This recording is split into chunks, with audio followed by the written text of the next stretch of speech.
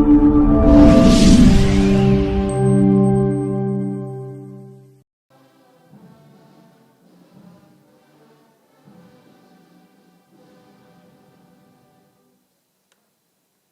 the Constitution requires the President in his capacity as the chairperson of the National Security Council to report to Parliament and standing orders.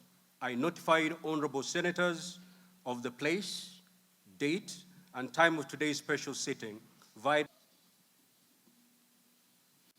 Your Excellency, Honorable Dr. William the House, His Excellency the President conveyed his desire to address a joint sitting of the Houses of Parliament today. It's in the custom of Parliament to recognize invited guests seated in our galleries.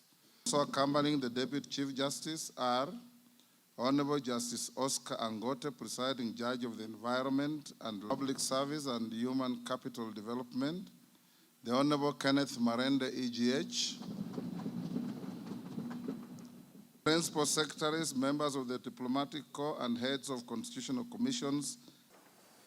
Since my last address, Kenya has undergone rapid change, occasioned by the collective awakening of the people in pursuit of our transformation.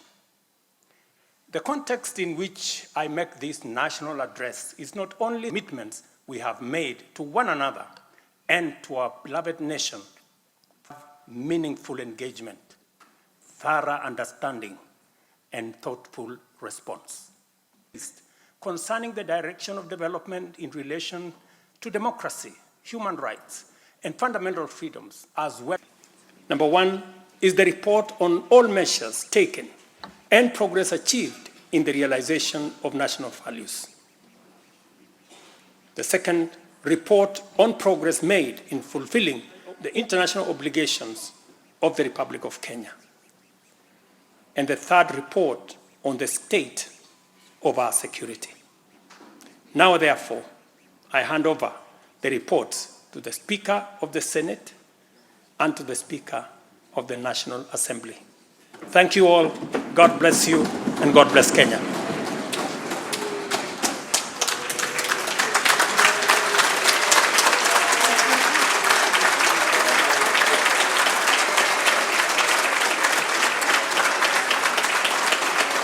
Well done.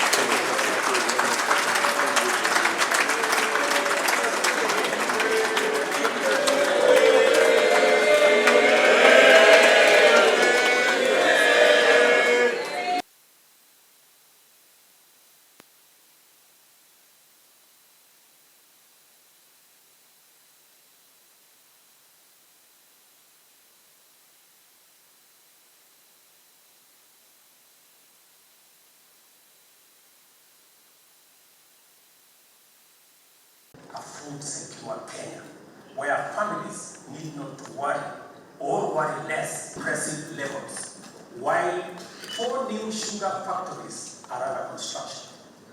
In July alone, in recent history, Kenya is producing enough sugar to meet our local demand. By the end of the first quarter of 2025, and ensure that going forward, only procurement undertaken through the system is sanctioned and paid for. Of the many difficult assignments, I now take on with resolve going forward. Let this serve as notice to all, and now reiterate today that in the face of undisputed evidence, all Ministry of Transport and the Ministry of Energy and Petroleum to immediately cancel the ongoing procurement process for JKI expansion public-private partnership transaction, as well as the recently concluded Ketraco transmission.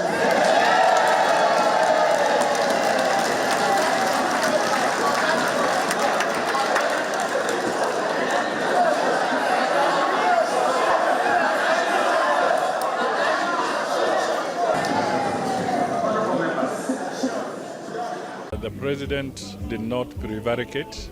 He was very blunt and direct in the statement that he made. He also made a pronouncement, which will be the first ever on Hansa, where he talks of cancellation of a process that was shrouded in mystery, and concerns were being raised about the integrity of the modernization of the Jomo Kenyatta Airport and the other programs in the energy sector.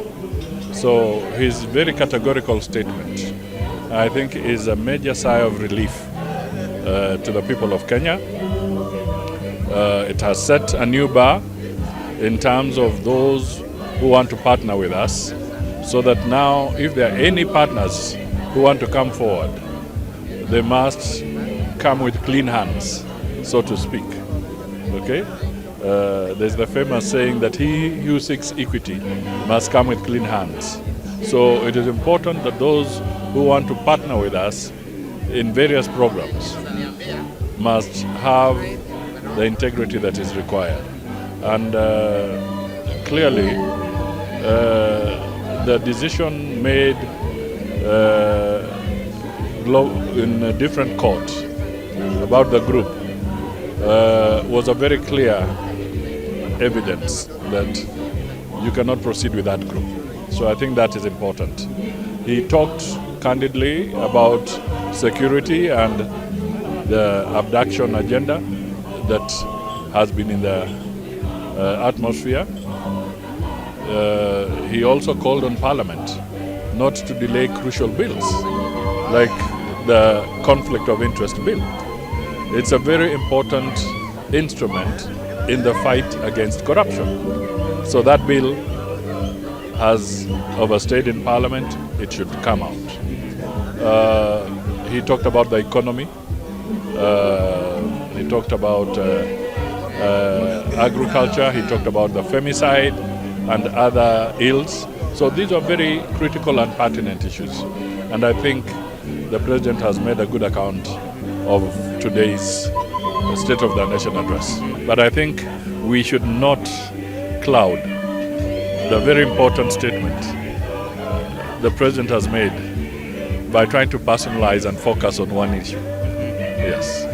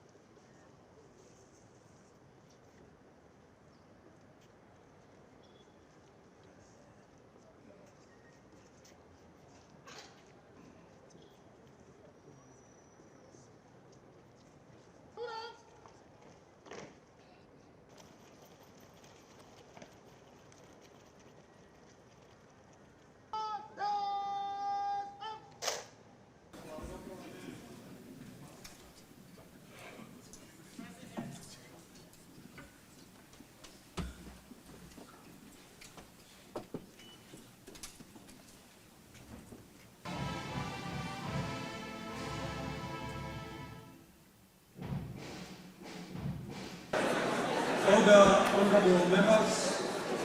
For disciplined forces who are seated at the Speaker's make a special welcome to Parliament and mention the Chief of Excellency, honorable members, distinguished guests, ladies and gentlemen, it is to address this special sitting of Parliament.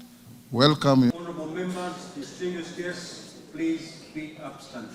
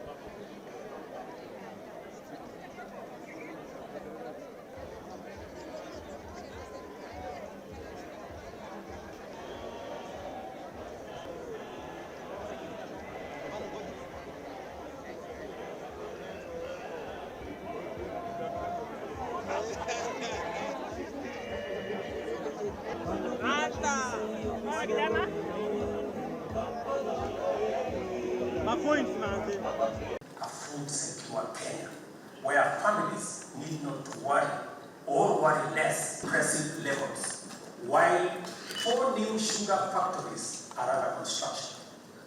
In July alone, in recent history, Kenya is producing enough sugar to meet our local demand.